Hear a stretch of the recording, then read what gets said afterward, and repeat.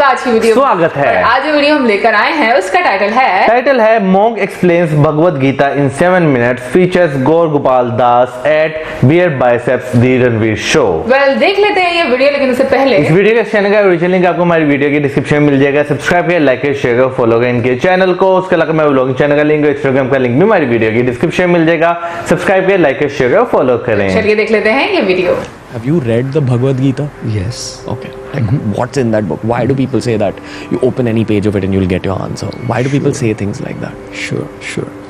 I think the first thing to know is let's remove the religion aspect from the Bhagavad Gita totally.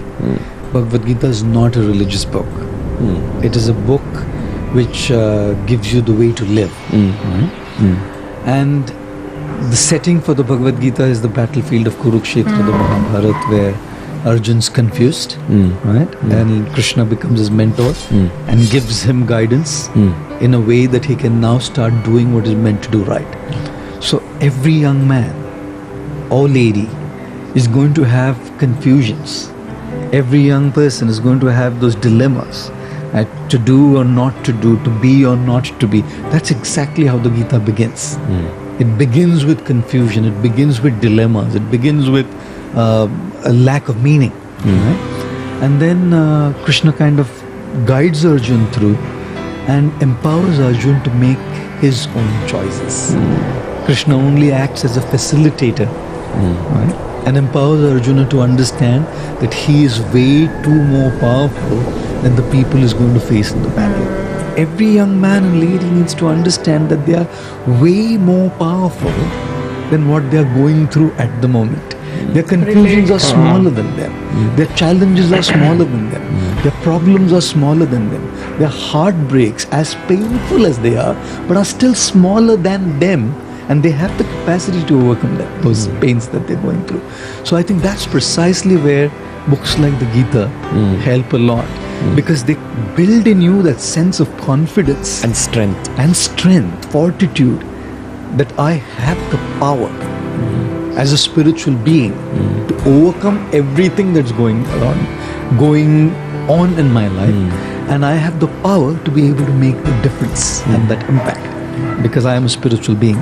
Can you reference like 3 big lessons from the Bhagavad Gita that stayed with you specifically? Yes. One of the lessons that stayed with me from the Gita is a particular text from the 2nd chapter of the Gita, which talks about the summer and the winter season, right? And this particular text says that the summer and the winter season keeps coming and going every year. Seasons change. And just because the seasons change, we never stop performing our duties. Let's say, for example, it's Chicago and the temperatures are minus 27 degrees Celsius. People don't stop their work still. Let's say it's Delhi, it's 43 degrees Celsius. People are still on and going on with their regular life, with a few adjustments here and there, obviously. So this text of the Gita, chapter 2, tells us that we have to learn to tolerate the ups and downs and not be distracted from what our main purpose is. Like when we talk about tolerating failures and pains, we can understand. But we also have to learn to tolerate our success and the good times, because both distract us. You know, usually we only look at the negatives as distractions, but even the positives distract us from what we are meant to be doing. But that's something that really kind of stayed with me. The second thing that I really kind of resonate with in the Gita is a verse from the 6th chapter which talks about the mind being a friend or an enemy to you. It depends on how you deal with the mind. Okay. Right? If you befriend your mind, the mind will become your friend and will empower you to do what you want to do. But if you don't deal with it rightly, then the mind will become your enemy and will lead to your downfall. I'll give you an example. You want to get up early in the morning to go for a jog or for a workout because you know you want to be fit. You know your days are busy, and you decide this is going to be my plan for the year 2020, correct? You set up the alarm clock to wake up early in the morning, like 5, 6, whatever. And when the alarm goes, what's the mind saying? The first thing, you slept late last night, take it easy. Or maybe this is not the right thing for you to do. Your mind's constantly playing games, right? Now, if you have a mind which is constantly giving these kind of reasons, you're not going to wake up. Right? On the other hand, if you learn to train your mind using the proper intellectual process, right, proper spiritual process, your mind can be your greatest asset and your friend. Which is meditation, good books, Meditation, books, right? correct friends. Correct friends, the right kind of company. All of these are inputs so that your mind kind of becomes a friend. And the third thing from the Gita that connects to me a lot is how do we start looking at the presence of divinity everywhere in every aspect? We don't have to necessarily go to a place of worship to look at the presence of divinity. You can look at the presence of divinity in nature. You can look at the presence of divinity in other people. You can start looking at the splendor of the creator or the creation. Or you can start looking at the splendor of the creator in the creation. You know, which is precisely why this is something that I usually tell people is when you look at somebody who's better than you know, and especially if they are in the same field, usually there is insecurity. There's insecurity that this guy is doing better than me in what I am doing, or there is envy, jealousy. Sometimes it goes to the extent of sabotaging that other person's work as well. You know, and it has happened in the world. It happens all the time. So when you start looking at divinity in creation, you start looking at how divinity has empowered somebody to do something in a special way. That person has been gifted by higher powers, right? And to sabotage that person's work or to be envious about the person or to feel insecure means actually insulting somebody who's given that gift to him, you know? But if I look at that person and derive inspiration from that person, I can seek that inspiration to follow my aspiration, you know? So that aspect of the Gita also kind of really resonates with me, that you start looking at divinity everywhere and in every place around you, including people who are doing better, because it's not them. You can see straight away. Very often I see people who do remarkable stuff, and they usually, when they speak, they say it's they doing it, and of course they're doing it. No doubt that there's a part that they're doing. But you can tell that there's something beyond them that's kind of making them do it. Whether it's acting, speaking, singing, something. There's an element which is not necessarily effort, not their effort. You know? X factor. X factor. And when you start appreciating that X factor as divinity, oh, that's something that really kind of connects to me as well. जिंदगी अगर देखा जाए तो जिंदगी जो है इस तरह की है कि आप इसे जिस तरफ मोड़ना चाहें ना तो ये उसी साइड पर मुड़ जाती है। कहते हैं ना, जो चीजें आप प्लान करते हैं तो उस तरह एक टाइम आता है जब होना शुरू हो जाती हैं। बिल्कुल। अच्छा, यहाँ पर मैं स्टार्ट लेना चाहूंगी भगवत गीता से, क्योंकि थोड़ा सा मैंने कुछ दिन पहले भी बताया था कि भगवत गीता के बारे में मतलब थोड़ा सा जानने की मैंने भी कोशिश की है, स्टार्ट की है।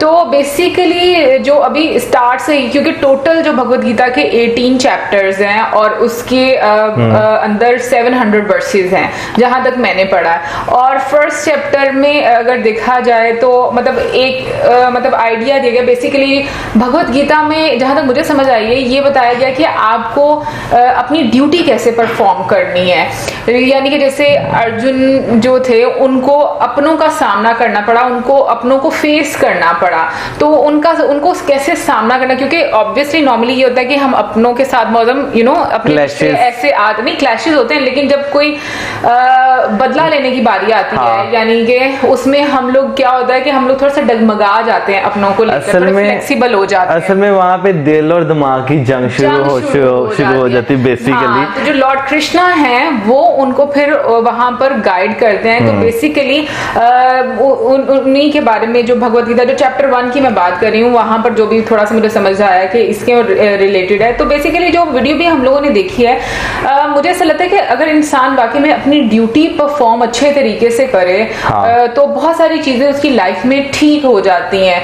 जिस तरीके से उन्होंने मतलब एडजस्टमेंट की भी बात की, ठीक है ना, या एक ड्यूटी की भी बात की, और वक्त के साथ चलने की, दिन और रात के अगर हम नेचर की भी बात करें तो देखें, गर्मी अपने टाइम पर आती है, सर्दी अपने टाइम पर आती है, बहार का मौसम, खजां का मौसम सब अपने टाइम पर आते हैं। तो वो अपने टाइम में कितने पंक्चुअल है, देखिए जिंदगी जो है वो इसी का नाम है, कभी आप ऊपर हैं कभी आप नीचे हैं, यानी कि अप एंड डाउन आपकी जिंदगी में चलता रहता है। लेकिन क्या है कि जो वक्त इस तरह का आता है ना, वो आपको बहुत कुछ सिखा के जाता है, बहुत कुछ बताता है, बहुत सारी रियलिटीज होती हैं जो आपके सामने आ जाती हैं। तो ये जो वक्त होता है ना, वो अपने टाइम पे ही आता है। जैसे इन्होंने मौसम की बात की ना, कि मौसम चेंज होता रहता है, जैसे गोपाल दास जी की बात करें, उन्होंने भी यही चीज जो है वो बताई कि भगवत गीता में जो है ये बताया गया हुआ है कि जिंदगी में अप एंड डाउन आते हैं, उनमें उस सिचुएशन से कैसे निकलना है, कैसे उसे बेहतर तरीके से बदला जा सकता है।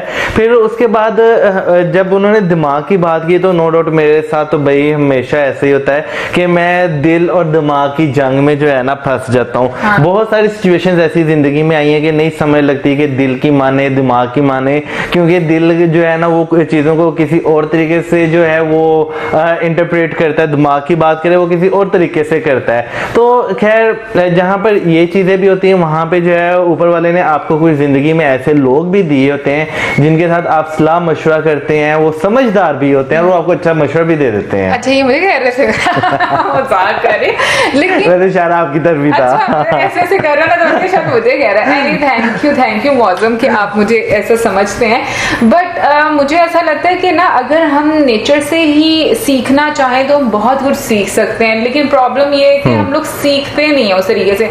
हाँ, एक टाइम आपकी लाइफ में ऐसा जरूर आता है, मुझे लगता है कि एक सर्टेन टाइम पीरियड के बाद आपकी लाइफ में चेंज आ जाता है।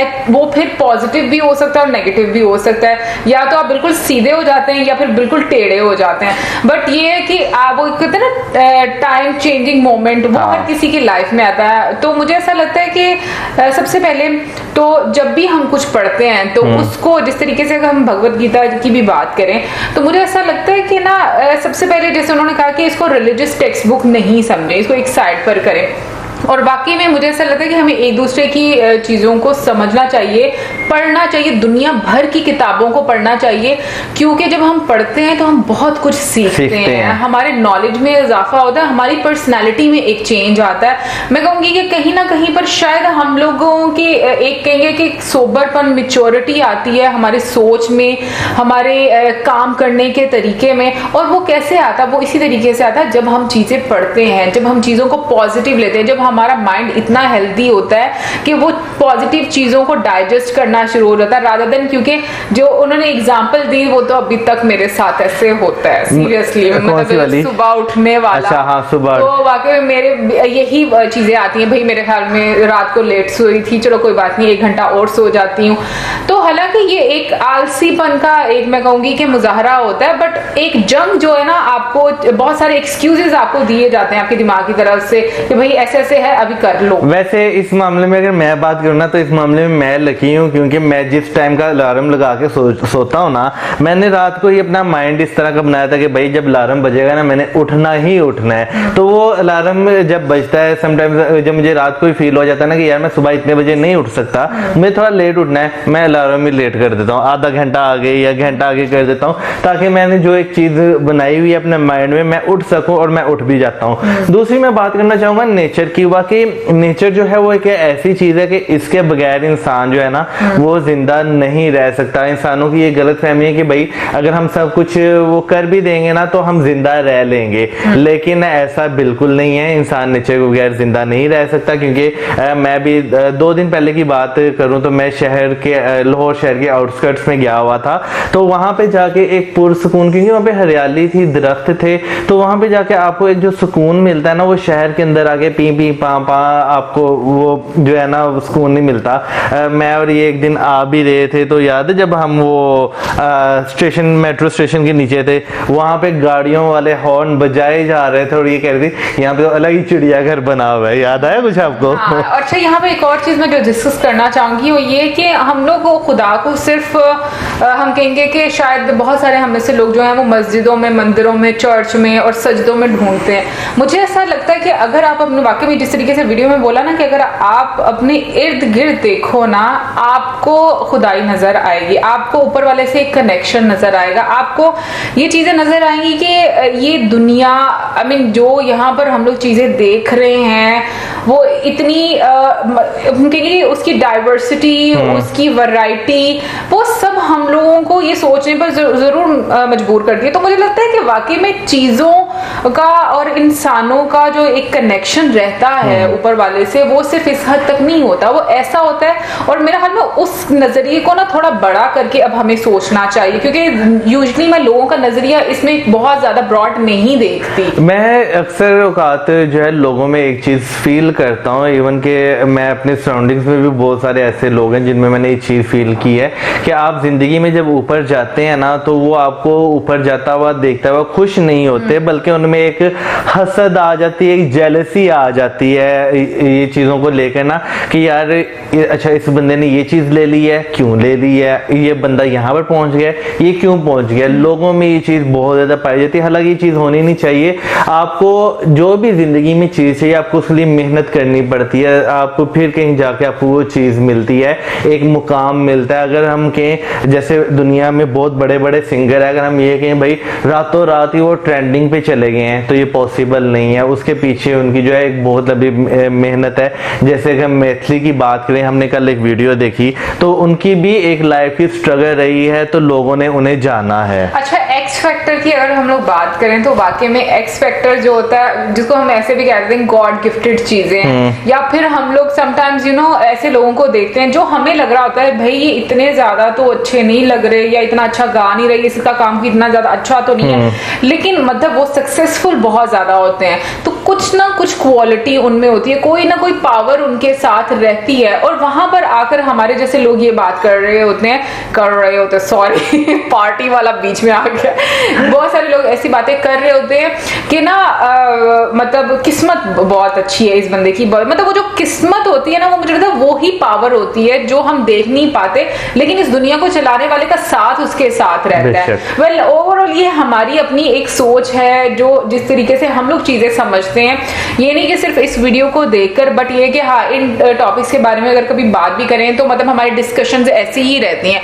आप लोगों का क्या सोचना है इसके बारे में जरूर बताइएगा। और मुझे ये बड़ा अच्छा लगता है कि भगवत गीता में ज्यादा से ज्यादा आपको बताया गया आपकी हर प्रॉब्लम का सोल्यूशन किस तरीके से, जैसे उन्होंने आपकी जो आज की लाइफ है उसके साथ रिलेट करके चीजों को बताया गया कि अगर आप अपने आप को कंट्रोल कर लेते हैं, अपनी चीजों को या फिर अपने इमोशंस को, या जिस तरीके से आप अपनी ड्यूटी को अच्छे तरीके से परफॉर्म करते हैं, तो चीजें जो हैं वो ठीक होना शुरू हो जाती हैं। तो ये चीजें मुझे बड़ी अच्छी लगती हैं कि आपके लिए एक लेसन है उसमें। इन शॉर्ट में ये कहना चाहूंगा, इंसान जो है ना, जब वो अपने नफ्स को अब इंग्लिश में क्या कहते हैं मुझे मेरे ज़हन में नहीं आ रहा, जब आप अपने जब आप अपने अंतरियों पे जो है कंट्रोल हासिल कर लेते हैं ना, आपकी जिंदगी की वाकई बहुत ज्यादा मुश्किलें आसान हो जाती हैं। और आज का सबसे बड़ा मसला यही है, खासतौर पर यंग जनरेशन की बात करें तो उनमें जो है ना अपनी एक ख्वाहिशात पर, अपनी एक अंतरियों पर कंट्रोल नहीं है। तो ये तो थी हमारी आज वीडियो, आई होप आपको अच्छी लगी होगी। आपका क्या सोचना है इसके बारे में जरूर बताइएगा, और आप में से डेली कौन कौन भगवत गीता पढ़ता है ये भी बताइएगा, या फिर जब आप बहुत ज्यादा टेंशन में रहते हैं तो आपका मन करे कि मैं अब इसको पढूं और मैं इसमें से अपनी प्रॉब्लम का सोल्यूशन निकालूं, क्या ऐसा भी कभी होता है, जरूर बताइएगा कमेंट सेक्शन में। इसके साथ हमें video like, subscribe, share, prayers, good bye.